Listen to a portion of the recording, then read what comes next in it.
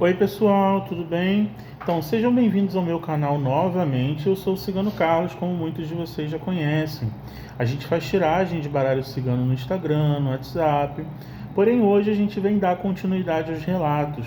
Então caso você tenha caído aqui de paraquedas e também gosta dos relatos mais curtos, né? A gente também está trazendo para o TikTok, para o Instagram e aqui no YouTube através dos Shorts, tá? Além do atendimento normal no WhatsApp, na descrição do vídeo. Se você tiver algum relato para enviar, envia para o e-mail também da descrição, que é o carlosjuancigano@gmail.com. Não gosta de enrolar, vamos logo para o vídeo. Se você não for inscrito, se inscreve no canal, ativa o sininho e é isso. Recado dado, a gente vai passar para o relato, tá bom? O atendimento com cigano é feito através desse número, que também está na descrição, e esse é o nosso Instagram, tá bom? Vamos lá. O relato de hoje ele é bem interessante, lembrando que os nomes podem ser trocados se forem necessários, então ninguém está sendo exposto a não ser que tenha colocado a identidade real e não tenha pedido anonimato. Eu vou tentar também ser um pouco mais rápido, porque o vídeo de ontem ficou um pouco grande e o meu celular aquece, então acaba perdendo a qualidade que deveria, tá bom? Então vamos lá. Começa assim. Carlos, eu nunca contei isso para ninguém, fora da minha família, porque até hoje, quando eu falo sobre esse assunto, parece que eu volto para dentro daquele pesadelo. Eu acompanho seus vídeos há alguns meses e depois de criar coragem, decidi te escrever, porque sinto que talvez você consiga enxergar alguma coisa que eu não consigo entender sozinho. Antes de tudo, eu peço sigilo. Ok. O que eu vou contar para você aconteceu comigo entre 2021 e 2023 e mudou completamente a minha vida. Tem coisas aqui que até hoje eu tento racionalizar, mas sinceramente teve um momento que parecia que alguma coisa queria destruir minha cabeça. Tudo começou depois que eu me envolvi com uma mulher chamada Vanessa, né? O nome dela ele deixa em aberto. Ela era linda, extremamente carismática, parecia saber exatamente o que falar para fazer qualquer pessoa se sentir especial. Quando a conheci, eu estava numa fase muito vulnerável da vida. O meu pai tinha acabado de morrer, eu estava afastado da parte da família e emocionalmente muito perdido. E ela apareceu justamente nesse momento. No começo parecia coisa de filme. Ela dizia que sentia uma conexão espiritual comigo, que sonhava comigo antes mesmo da gente se conhecer, falava sobre destino, energia, vidas passadas, e eu fui me entregando completamente. Só que depois de alguns meses começaram coisas muito estranhas. A primeira foi uma obsessão absurda dela por cabelo, foto, roupa. Ela pegava fios de cabelos meus da escova de brincadeira, entre aspas, né? Guardava a camisa minha dizendo que gostava do meu cheiro. Tirava prints de tudo que eu postava. Eu achava estranho, mas interpretava como exagero de alguém apaixonado. Até que eu comecei a ter sonhos muito pesados. Sempre o mesmo sonho. Eu vi uma estrada escura no meio do mato e uma mulher parada longe segurando uma vela. Eu nunca conseguia ver o rosto dela. Eu só lembro que sempre acordava exatamente no momento em que ela começava a andar na minha direção. E o pior, toda vez que eu tinha esse sonho, eu acordava cansado, como se não tivesse dormido ainda. Minha vida começou a desandar muito rápido. Perdi dinheiro, meu carro começou a quebrar sem parar. Eu brigava com todo mundo. Fiquei agressivo, ansioso, paranoico. A minha mãe chegou a perguntar se eu estava usando algum tipo de droga, porque eu estava irreconhecível. Mas a coisa mais assustadora aconteceu numa viagem. Eu e a Vanessa fomos passar um fim de semana numa pousada mais afastada. Na segunda noite, acordei de madrugada porque ouvi ela falando, sozinha na varanda aparentemente. Carlos, quando eu olhei pela fresta da porta, eu estava de joelhos no chão. Tinha vela acesa, tinha copos e ela repetia meu nome muito baixo, olhando para uma fotografia. Na hora o meu corpo inteiro gelou.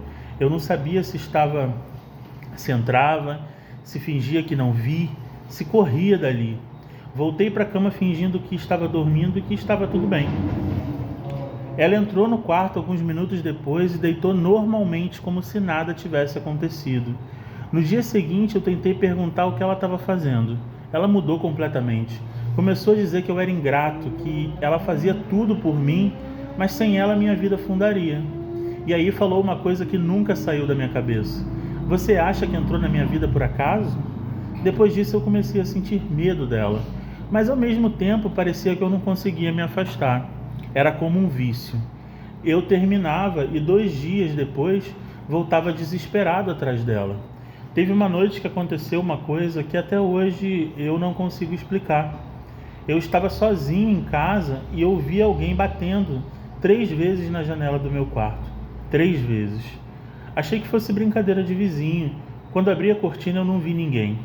Só que no chão do quintal tinha uma rosa vermelha amarrada com fita preta. Carlos, eu moro no 2º andar. Não fazia sentido aquilo estar ali. Depois disso comecei a ficar doente de verdade. Tive crises fortes de falta de ar, desmaios, pesadelos quase diários e uma sensação constante de peso no peito. Mas teve um episódio que me fez ir embora definitivamente. Um dia a Vanessa veio dormir na minha casa, de madrugada, e acordei e ela não estava mais na cama. Encontrei ela sentada no chão da cozinha no escuro, parada, imóvel, com uma expressão vazia olhando fixamente para a parede. Fiquei assustado e chamei o nome dela. Ela virou devagar para mim e começou a sorrir. Não parecia ela. Então ela falou: "Você nunca mais vai conseguir sair de perto de mim." Naquela semana eu terminei tudo.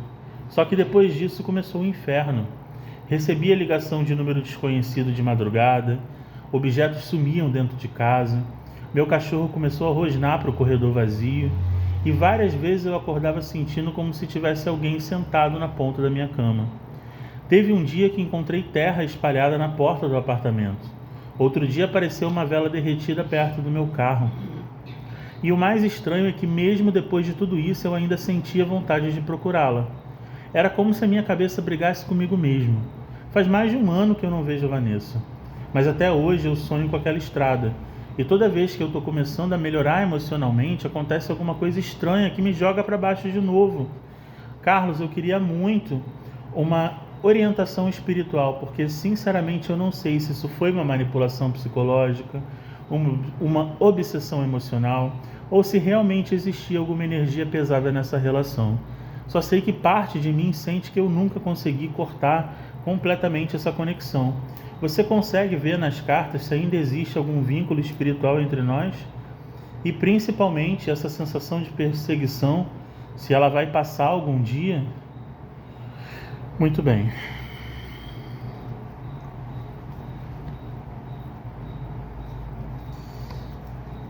Meu amigo, essa tiragem é extremamente intensa, né?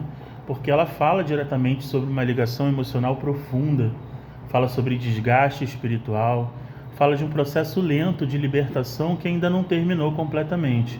Então as cartas que saíram aqui, como todo mundo pode ver, né, inclusive você quando vê o seu relato, é o homem, a carta e os caminhos. E sinceramente essa sequência conversa de forma assustadora com o que você relatou. O homem na abertura representa você completamente absorvido pela conexão. É uma carta que mostra alguém emocionalmente vulnerável, carregando um peso mental, o medo e o desgaste psicológico. Ela mostra que você entrou nessa relação já fragilizado pela perda do seu pai e por questões emocionais mal resolvidas. E pessoas manipuladoras conseguem sentir isso com muita facilidade. Essa carta também fala de uma identidade. As cartas mostram que em algum momento você começou a perder a noção de quem você era antes dessa relação. A sua energia ficou tão presa naquele vínculo que a sua mente passou a viver num estado constante de tensão, como se estivesse sempre esperando algo ruim acontecer. E aí é que entra a segunda carta, a carta da carta. Carlos, essa carta é a mais importante dessa tiragem, porque ela fala de mensagens, segredos, coisas ocultas, palavras que criam uma influência mental e conexões invisíveis que continuam vivas, mesmo depois de uma distância física. A carta mostra que existe sim um vínculo ainda ativo entre vocês, mas muito mais mental e emocional do que espiritual no sentido sobrenatural. Essa mulher entrou profundamente na sua mente. As frases dela, as ameaças, os símbolos, os episódios estranhos, tudo isso foi criando uma marca psicológica muito forte dentro de você. E quanto mais você revive isso, mais essa conexão continua aberta. A carta também mostra algo muito delicado. Você ainda procura respostas. Então, mesmo querendo seguir em frente, uma parte sua continua tentando entender se aquilo era amor, obsessão, manipulação ou até algo espiritual. E enquanto essa pergunta permanece viva em você, a energia da relação continua encontrando espaço. Mas então a gente tem aqui a carta dos caminhos, né? Aqui é a parte mais importante da leitura. Ela mostra que o destino não está preso. Você está numa encruzilhada emocional. Existe um caminho onde você continua alimentando medo, procurando sinais, revivendo lembranças, mantendo essa mulher viva dentro da sua cabeça. E existe outro caminho, onde você finalmente corta essa narrativa da sua vida. Os caminhos mostram liberdade, movimento, saída, mudança de direção. Por isso que as cartas não mostram alguém amaldiçoado, mostram alguém psicologicamente marcado por uma relação extremamente intensa e manipuladora. E existe uma diferença enorme entre essas duas coisas. As cartas deixam muito claro que o maior poder que essa situação ainda tem hoje sobre você vem do impacto emocional que ela deixou em você. Por isso, a sua orientação espiritual aqui não é alimentar a paranoia, é reconstruir o seu eixo. As cartas pedem para você cortar qualquer contato indireto com essa pessoa, parar de revisitar memórias, não procurar uma confirmação espiritual em cada coincidência, evitar mergulhar excessivamente nos conteúdos que alimentem o medo e a obsessão. Fortaleça a sua espiritualidade de forma leve e equilibrada. Se reaproxime da sua rotina, dos seus amigos, dos seus projetos pessoais, porque a carta final mostra uma coisa muito importante. Você ainda olha para trás com medo, quando a sua vida já está tentando te puxar para frente.